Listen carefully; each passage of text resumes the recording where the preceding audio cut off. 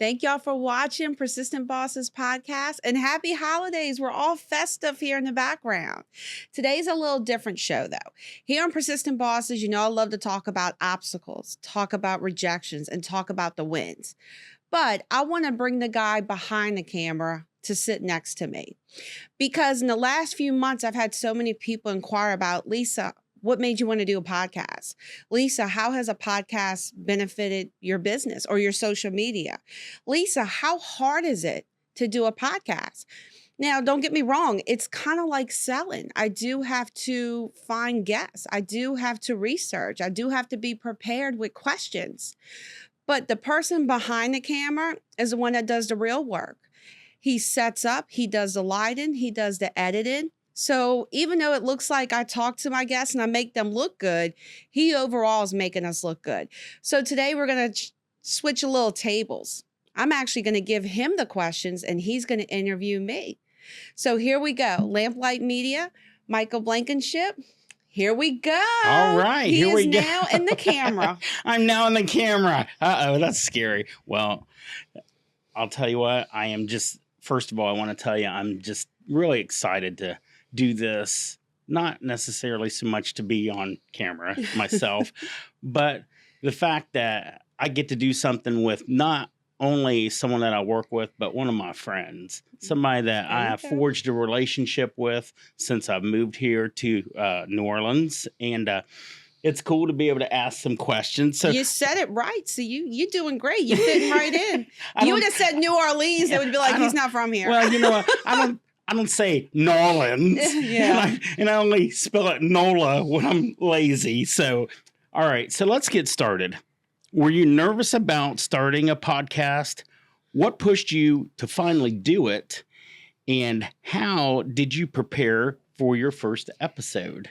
Okay. So even though I love to talk, I love to, I as a sales coach and just someone who does business, I'm used to sitting with people and getting the conversation moving. I think some of your best salespeople are great conversation starters, but that's not why I did it.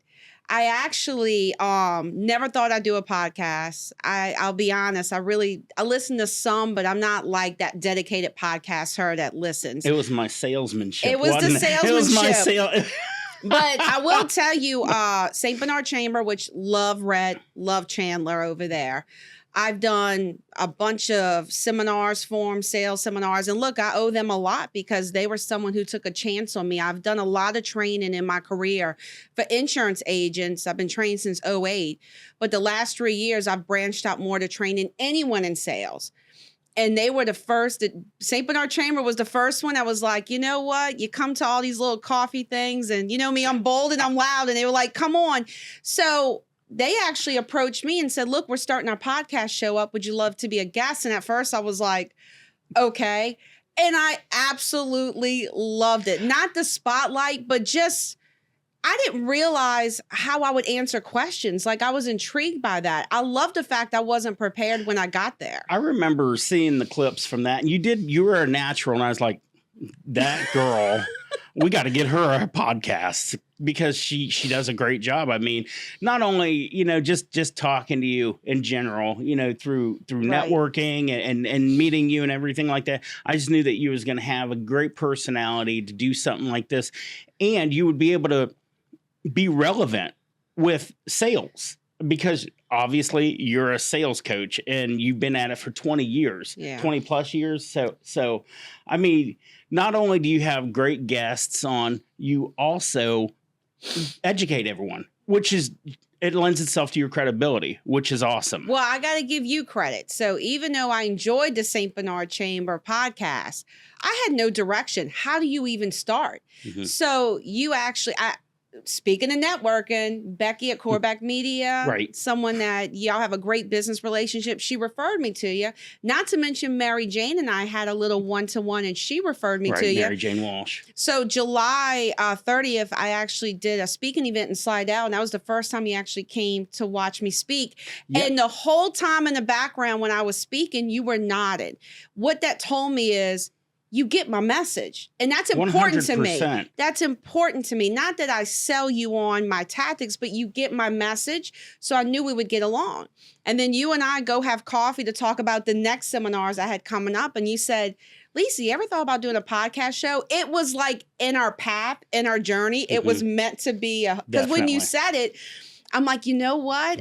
My husband will probably kill me if I add another thing to my list. But I feel like this is where I need to go. I've tried the TikTok videos. I do a few videos on training, but I love conversation. It is who I am. I love conversation. I feel like these podcasts, and I just recently got into producing. I mean, I have a background in television production, so I've directed, I've done camera, I've done different facets of television production, but the podcasts really, they create their own content. Right. And they also make it so that you really know what you're talking about. You sound credible. And I bring that word up and I might beat it like a dead horse. But at the end of the day, if I needed, which I probably do need a sales coach, but if I had a sales team and they were not doing what they needed to be doing, I would definitely bring you in. Oh, that's awesome. I would definitely 100%. You are not afraid. You're unabashed. You're bold. And that's not like you're in a bad way. You do a wonderful job. Appreciate it. Like those compliments. So the process, how did you find your guests in the beginning? Was the setup or production process harder than you would have expected? And one more, hold on a second. Think about this for a second. Yeah. What were your biggest challenges in those early episodes? So the biggest challenge is like anything in sales. The biggest competition and challenge is always yourself. I was so nervous about my makeup, which if you know me personally, I'm not a fan of makeup. Me too. I mean, you can see how I'm dressed today. Not a fan I'm of dressed makeup. to work. I set all this stuff up. I am such a tomboy. If you know me personally, I'm a big sports fanatic. That's probably why my book is related to sales and sports. I love sports. I told my husband on our first date, we went and watch a football game. And I said, look, when they throw a flag, I know what it means and everything. Like, I'm really into it. But the biggest challenge was myself. I was so scared of what I was going to look like, what I was going to sound like. Because, I mean, this is going to be shared. This is going to be on social media. Right. And, in social media, it's not forgiven. You say the wrong thing or you're negative. It does. That gets shared more. It does. And when it came to finding guests, from the beginning, I was like, I want John Baranco. I've known his wife for a long time, but me and him actually just started networking and we had so much in common. And it was funny when I brought you the topic, I said, you know what? I've always wanted to discuss with somebody how our city handles losses. Mm-hmm. Like you could see the Saints won on Sunday and we're like, Coach of the year, he's going to do great. Quarterback of the year, 2026, 27. We are just Super on a Bowl high. bound. Tulane, I'm sorry. Tulane's doing great. Tulane's in the playoffs. Like you could tell this Monday morning has been so different. But that first podcast this was a great Monday morning. It was a great. I mean, despite we won't bring LSU into the. Well, I mean, or Ohio State. I know. Yeah, that's or touchy. Ohio State. That's touchy. Right. But I love sports. So my first topic, I definitely wanted to talk about sports because I felt like men and women could relate. Definitely. And I felt like John, who's done sales, with all these different sports and media, he would be great. And I learned what's great about podcasting is you prepare all these questions and half the time I don't even use them all because the conversation flows differently. Look, you should see all these questions that she prepared for me. So, but go ahead. But I will tell you how hard you work. Whenever we are setting up the podcast, y'all have no idea what he does 30 to 40 minutes prior to setting up. That me talking and preparing and talking to my guests is nothing. That is the easy part. It's having your team, your person to set up these cameras, to set up these lights, to set up this space. He works so hard. And that's why I definitely wanted to highlight you today because people need to know. what you do, the effort you put in, the perfection. I can't tell you how many times he's corrected these chairs, these mics, and these cameras before we started. But you know you're going to get a good product because of how he is. So definitely kudos to you with that. Well, I appreciate that. That means a lot to me. Believe it or not, Well, you take a lot pride. of it's a You learning take pride curve. in what you do. I try to. I mean, that's what refers. You know, people do not always say this. People don't refer salesmen. They refer problem solvers. You will critique everything in this room, and it's like putting a I'll puzzle critique together. this when I do it. And look, he has no shame of giving me his advice for the next podcast, which that's what I expect out of someone that I feel like we're doing this together. Give me advice on how to be better next time. Give me advice if the scenery didn't look well in the, in the background. I need to know to get better. And he is so professional and nice about it. It makes things easier to grow, to get better each time with these podcasts. Well, I appreciate that. That is one thing, I would say if I branded myself, I would say that my brand is I'm easy to work with. All day. I want whoever it is that I work with to feel comfortable. I understand that being in front of a camera, I mean, even for me, I understand it.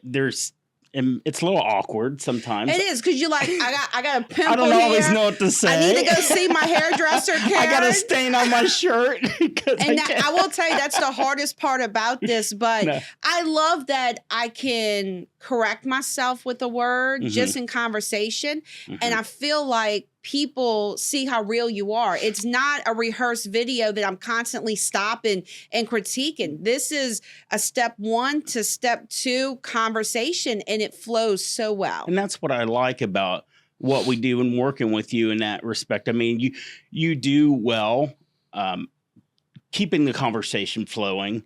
I mean, I could literally talk to the snowman. I'm just one of those people. My wife, she's like the complete opposite. She's a great lady, but she's like, Mike, you just don't know a stranger. And I mean, at the end of the day, when you talk about sales, I'm not really selling even a tangible product for that matter. I mean, I'm selling, yes, you get something and I'm trying to help you grow your business, market your business and that sort of thing. But at the end of the day, I just want you to be comfortable. I want you to enjoy what you have. I want you to get your money's worth. I want you to get a return on investment on it. Because a lot of people don't, they shy away from the money aspect of things. We're in business to make money. Absolutely. And I want to make sure that my product is helping you get where you want to be with your goal, with your business. Well, I have returned to you every time. So I think you have closed the deal permanently. That's awesome. So let's move on to surprises and standout moments. Were there any surprises along the way, good or bad? Did any guests stand out more than what you had expected? I know the answers to this, but it's great. We've went a long way. It's great in a short time. And what's one lesson each guest taught you? I like this. So I will say the guest that really surprised me is probably Dustin. Dustin Dale Gaspar. He's the one that was on season 28 Voice. And I'm glad some of you have been watching him and you're like, oh, we can't believe he's not on there anymore. But Dustin's going to be fine. Dustin was a surprise. And let me explain. Every guest I've had was either someone I work with, I've done networking with, or we just know each other from the city of New Orleans.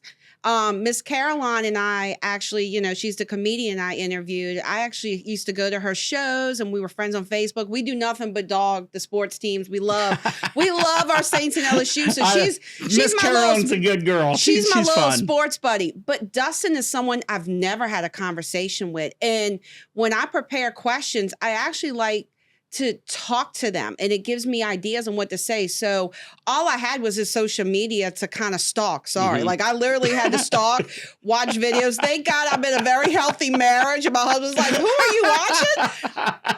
But I did. I had to learn about him without ever having a conversation because me and him have only messaged. And then I had to get with the lady that sets his appointment. So Right. we've never had a conversation.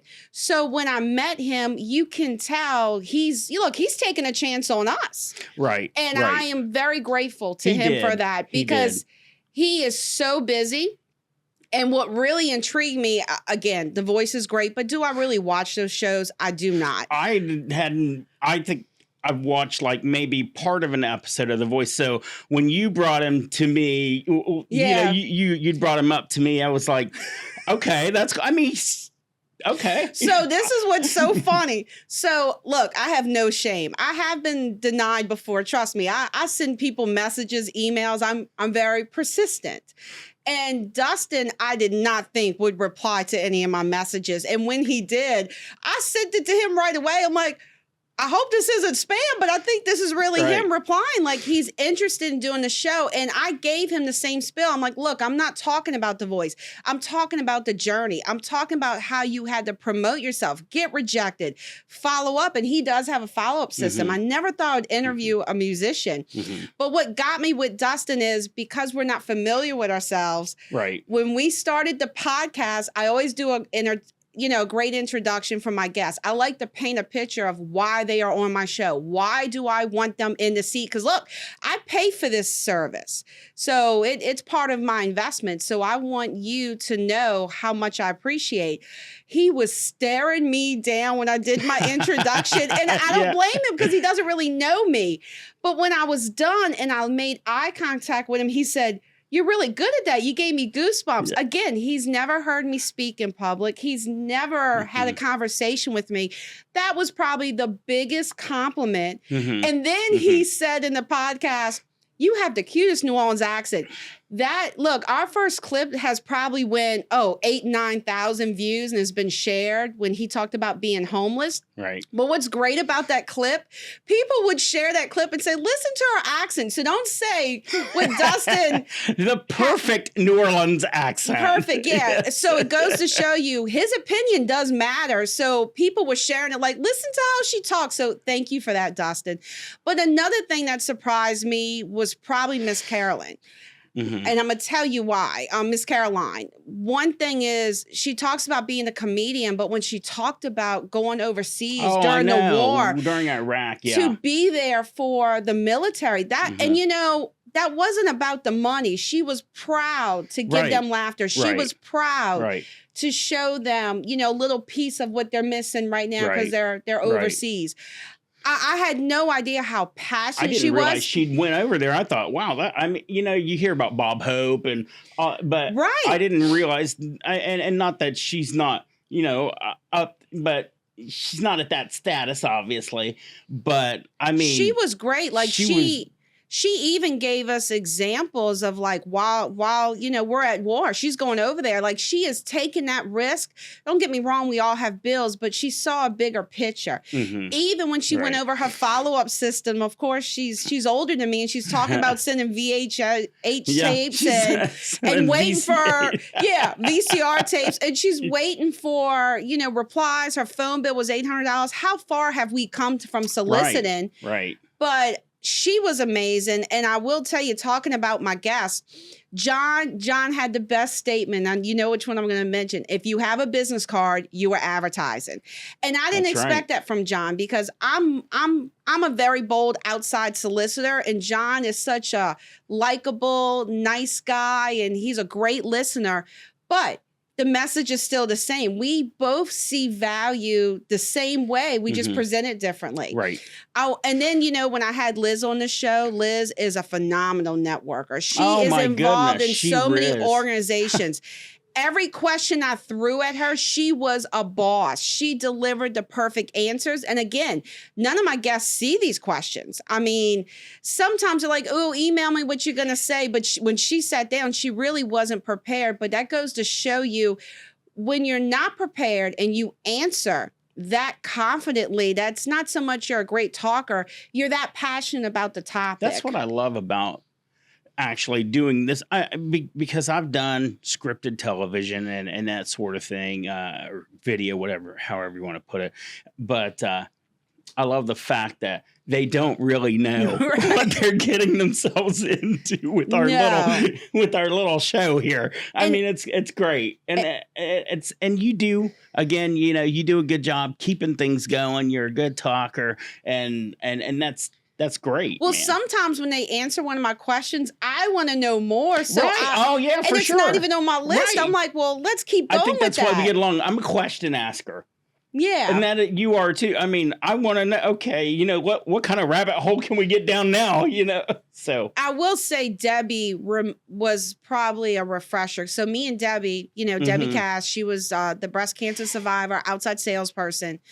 I trained Debbie and we worked together side by side for years, and she gave me some great compliments. I did not ask her to do that, but it reminds me of why I do what I do. right. And that she touched my heart. Like, you couldn't tell on the screen, but there were moments I was tearing up a little but bit her because she did. story, I mean, her story, Single mom, when I was breast cancer, right. self-employed, and and still still out going strong. doing sales calls, man, still out. Does hammering on chemo, it. and the next morning she's like, where are we going? We're going to go Mhm. knock on doors. No excuses. Get your job done. I mean, Right, she was right. great. And then I even got to interview Eddie Martino, who is over the state of Louisiana for Aflac. And some of y'all may know I started with Aflac. That's when my career started 20 years ago.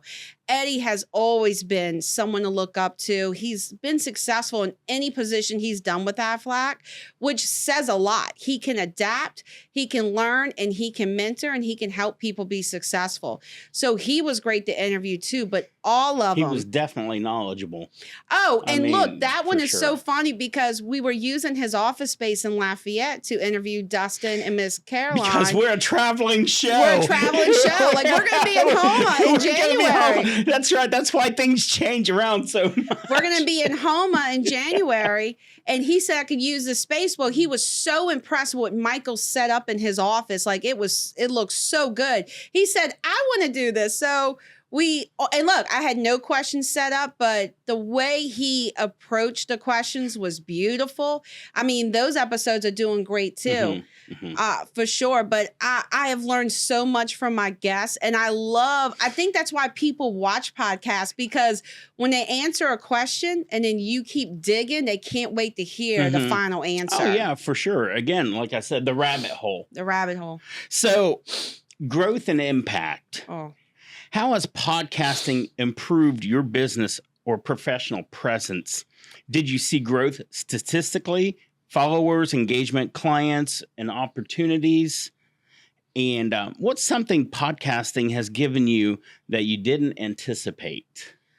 I will tell you, it has grown my social media. I've always had personal accounts. So I have, my Facebook, I had an Instagram. I've only had personal. In the last year, I have 17-year-olds who are like, Mom, you gotta update.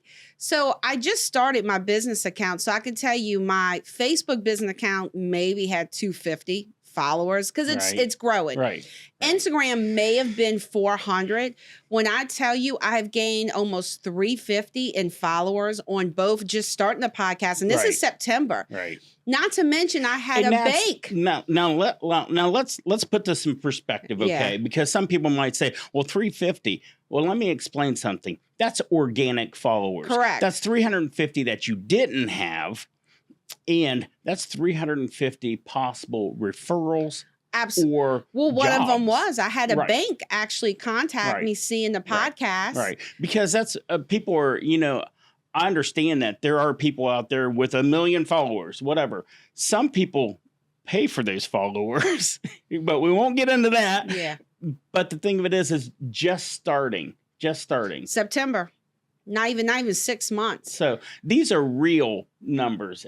And obviously results may vary, as we always say, but these are real numbers. We're being transparent on how this can help you. So, or how it's helped you. I'm not trying to sell it. I'm just saying on how it's helped you. I had a bank contact me that wanted me to do training for the people in the office and their tellers, which without these podcast videos being shared on all my social media, that's a lead I wouldn't have got. I had a lady from Europe contact me.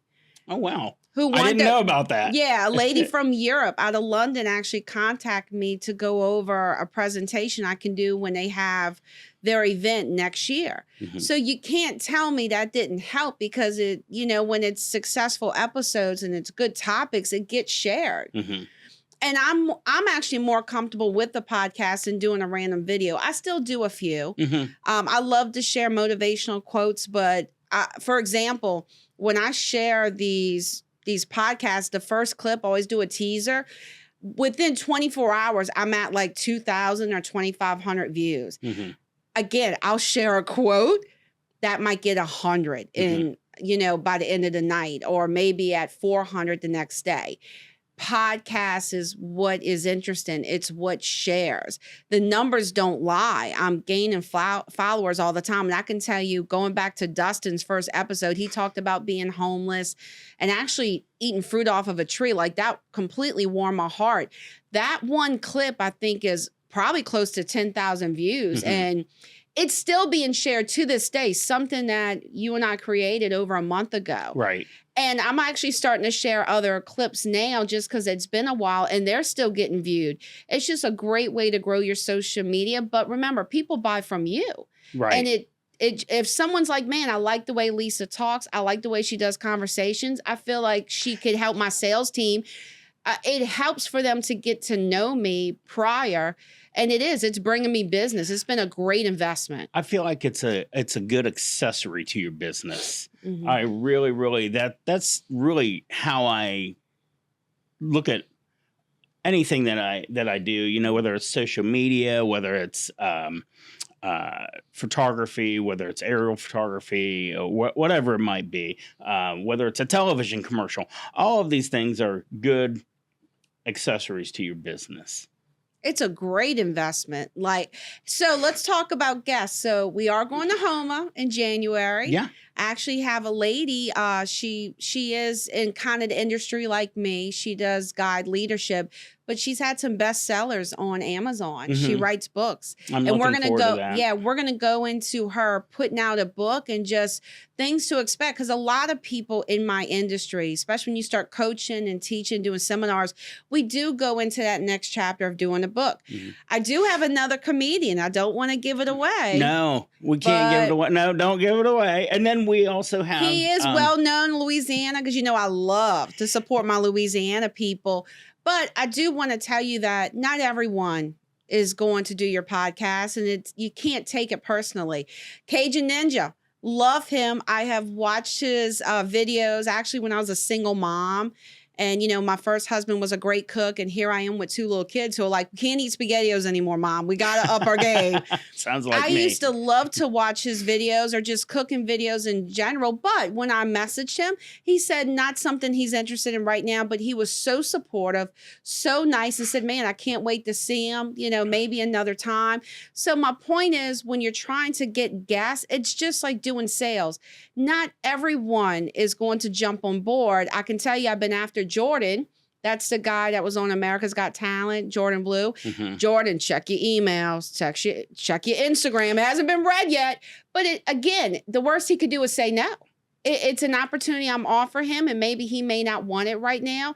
But when it comes to podcasting, don't be afraid to approach someone you're interested in talking to, and just give them that option. That's probably the one thing I think that may scare people doing a podcast is who's going to come on my show. Right. And look, if Right. you have people you've done business with, networkers, especially people that have fed your business, giving you referrals. If you haven't been able to give them a referral, imagine if you say, why don't you come on my podcast show? Let's talk a little bit so my viewers can get to know you. Support those that support you. And then I think we're also going to have somebody that you may have seen on the sidelines at a Saints game. Yes, yes. So we won't go into all that. So reflection time. This is me. This is how I do things. Looking back, what would you do differently? And what advice would you give someone that's wanting to start their own podcast? So if you're wanting to start your own podcast as a person I don't want to be judged by my appearances, but get your hair done. I'm sitting here noticing some grays. I probably should have booked it prior to coming, but we get busy. But be yourself. Be comfortable with who you are. That's how you got the guests. They didn't come because, you're paying them. They're not coming because they want to promote their business. At the end of the day, I feel like they want to support you just as much as you want to support them. Right. It's all relationship driven. Also, I want to mention, if you're a big networker, referral relationships, and let's say somebody's been giving you referrals and you're like, hey, I haven't really found you a referral to reciprocate, invite them on your podcast show. Imagine how powerful that would be if you said, hey, I want my viewers to learn more about your business. Maybe we could find you some referrals that way. So podcast is also a great way to not just build relationships, but to enhance them even more. Mm-hmm. Everyone wants an opportunity. Again, very rarely do I have somebody that's not interested or it's not the right time, which, look, you know how I am about that. If somebody rejects you, they just go on your follow-up list. You have to be rejected and put off to build a follow-up list. That's okay.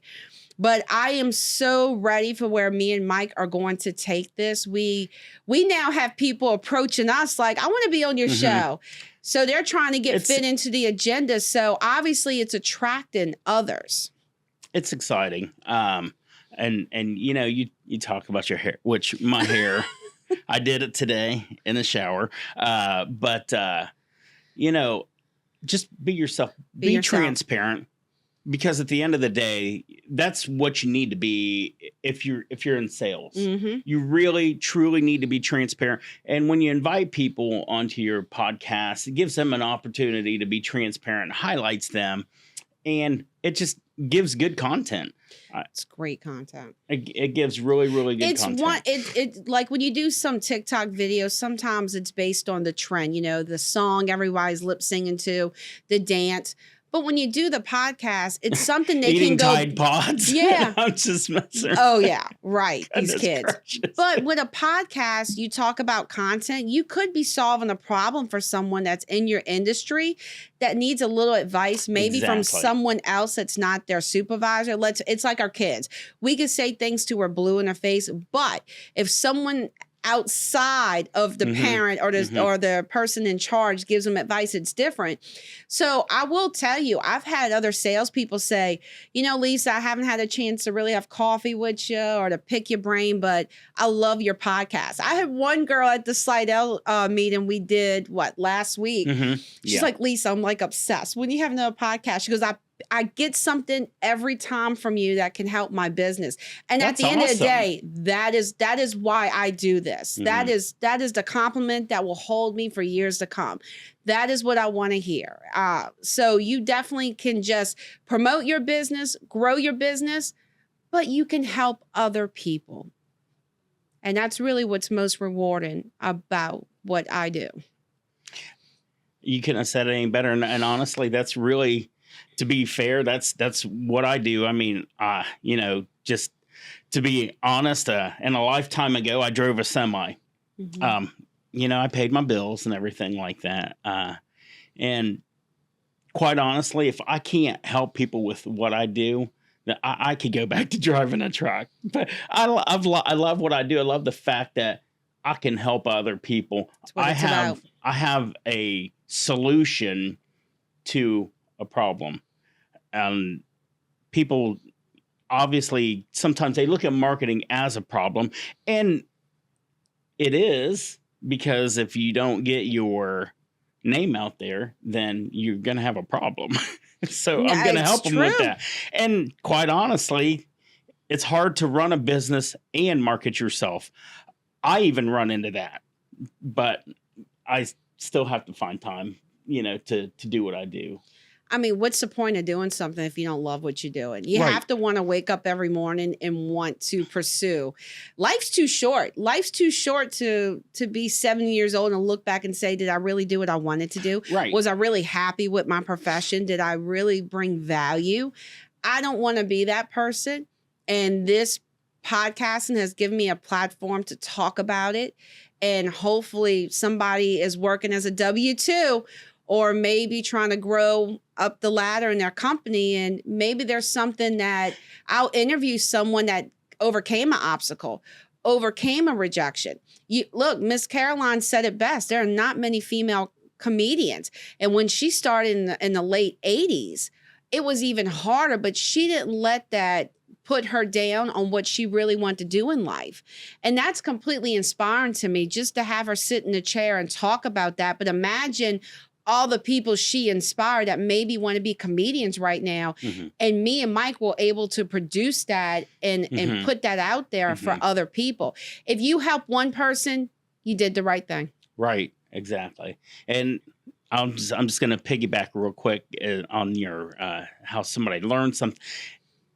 You know, whenever I get to edit or produce, and I try to learn something new from all of my clients.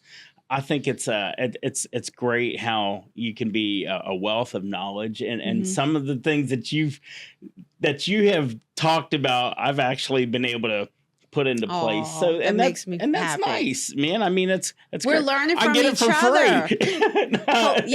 Free. Actually, I get paid to learn. You get well, but you know, and anyone that's had a conversation with me about competition, the competition is with yourself. Exactly. Collaboration is what we all should be 100%. doing. There's too much business in this city, outside this city, for us not to collaborate and get better with each other. Right. And I think my guests, that's one thing each one, I think they agree with that. Because, you know, if you don't want to share your secrets of success and come on a podcast show, then you're scared people are going to take it and beat you. No one can replace you. No. You know, I tell people there's 1,000 people in the city that do that. And there are, it's a very saturated area with people that do what I do. Right. And the thing of it is I personally don't know anybody that's my competition. They might be, but at the end of the day, A, no one can handle everything. B, there might be something that I can do that you can't do, and vice versa. There's things that I don't do that you can do, and we can help each other out. And at the end of the day, people are hiring Michael E. Blankenship to do it. And of course, I have to put out a product for them and that sort of thing. That's 50% of it. The other 50% is just them hiring me because they want to work with me. And man, when somebody says that they like working with me, that just, that makes it all the more worth it. And I do want to mention this, even though you do all this setup, photographers. We actually met a photographer at one of the networking groups we went to, and she approached him like, I don't do any of this. Like, I would love to collaborate. So don't think there's not a space for someone like you. Exactly. Because she approached you like, the photography that I do is different than the photography that she does, and vice versa. Not everybody does the same kind of photography. Not everybody does the same kind of videography. There are different levels, there's different niches, there's different needs for what we do. So and at the end of the day, it's a rough world. I don't need to be rough. No, but you're so accommodating. I can paint a picture of why you're so great, but think about going to Lafayette, going to Houma. We've been to different locations to accommodate our guests. But one thing that's great about Michael, he will make it happen. If I say, look, our guests are saying this is the best day, he will make it happen. It's not about, I got to earn my dollar. It's the quality of what he's going to put out. It is going to get done. So kudos to you for that. I appreciate that. I mean, again, like I said, I could do other things and make money. So I'm just blessed to be able to do this. And I believe, going back to Dustin, I believe he saw that same quality because he offered you to come do some shooting for him. Right. And I mean, think of how many people have approached Dustin, who was on such a high and still is, from being from Louisiana, being on The Voice. I mean, he's a phenomenal singer-songwriter. And he saw value in what Michael does. And that right there is a huge compliment to you as well. And if you have not seen some of the videos Dustin has been sharing that he produced, wow. So we got more to come. I know. So it was fun. It was fun. It was fun. So but definitely, I'm so glad I can do this with you. Thank you so much. We were trying to think of a final episode going into 2026 as we already have shows booked. But I told Michael, people need to see who's behind the camera. Well, they need to understand the process, but they also need to understand, look, you act like you're taking a risk with a podcast, but it's a great risk. It's a phenomenal risk. These are videos and clips you can share for years to come, and you're going to build great relationships in the process. So Definitely. But- I've met some great people just through you, Right. through doing the podcast. It's been wonderful. I mean, just the relationships are great to have. And I do want to bring this up. If you are interested in doing a podcast, please reach out to Michael. If you're interested in maybe doing coming on my show just so you could see the Yeah. setup in just live form, and then decide if you're going to do different shows with Michael, we are absolutely open to that, because sometimes you just, got to do a demo, got to get a taste for it and see if it's what you like. But I'm going to warn you, it's addictive. After the first show, I was literally getting my agenda ready, who I wanted to go addictive. after, what industries I wanted, and my list. So if you ain't got an email from me, it's coming. I am definitely going to make my rounds. I have my business plan ready for 2026. I actually have an app I just designed, which we will be doing a training video on that soon. Yes. Again, that's another service he offers. But great things are coming. So I want to thank everyone for watching, anyone that's ever shared our videos, anyone that's ever given us great feedback. I want to thank you for that. That is why we keep setting this up, and we keep planning, and we keep finding guests to come on our show that's going to intrigue you and people that you can learn from. I don't just want a popular person. I want someone that has had a journey to get to success, and you're going to learn from that person. But again, thank you so much for watching Persistent Bosses. Please do not forget to go to YouTube, Instagram. Nola's Favorite Solicitor is my name. Please check off and like and subscribe. I would greatly appreciate it. He is also Lamplight Media. Find him on Instagram. Find him on YouTube, his Facebook. What you can do to help our business is go follow us, and in return, we will return the favor right back to you. 100%. Thank y'all so much.